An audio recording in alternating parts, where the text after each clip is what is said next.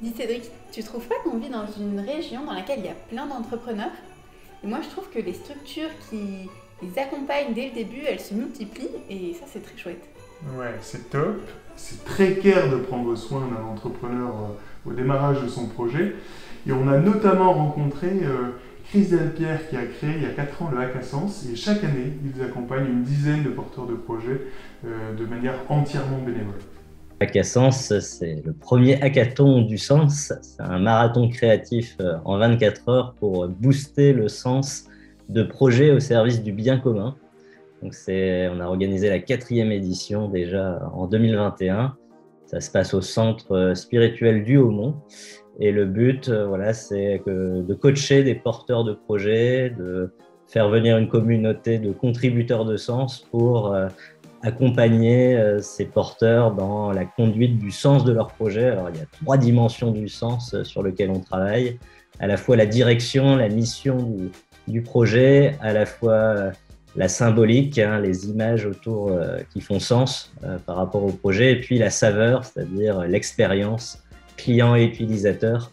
Il y a à peu près 9 projets retenus, il y a à peu près une 60aine de participants au total. Ouais. Il y a une équipe d'organisation d'une dizaine de personnes et puis une vingtaine de partenaires de sens voilà, qui forment une communauté aussi de soutien pour les porteurs, notamment après l'événement, pour leur proposer des accompagnements de plus long terme. Chacun peut être aussi contributeur de sens, hein, tout simplement pour apporter son regard extérieur.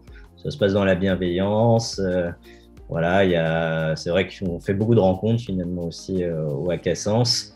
Et alors, est-ce que tu as une belle histoire à nous raconter? En 2021, on a eu la présentation d'Edith hein, qui a créé des ateliers pour des femmes irakiennes autour de la couture. Elle a pu soumettre son projet, elle a pu avoir une communauté de personnes pour vraiment l'aiguiller sur notamment comment vulgariser son projet, le rendre plus clair.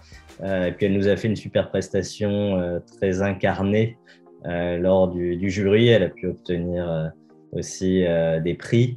Et ça, voilà, grâce à un partenaire qui est une fondation Treille Espérance, voilà, ça peut la permettre de débloquer des fonds pour vraiment augmenter finalement la puissance de son projet avec des canaux de distribution pour les produits de textiles que les femmes irakiennes produisent. Qu'est-ce qui t'a donné l'envie de créer ce Hack à Sens?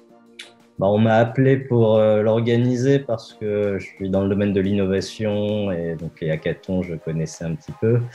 Moi, je suis entrepreneur optimiste, porteur de sens, donc je ne pouvais pas passer à côté d'organiser ce type de hackathon du sens. Et en fait, on se rend compte qu'à chaque année, forcément, c'est du bénévolat, c'est toujours un peu de temps, mais le résultat est toujours vraiment au-delà des espérances.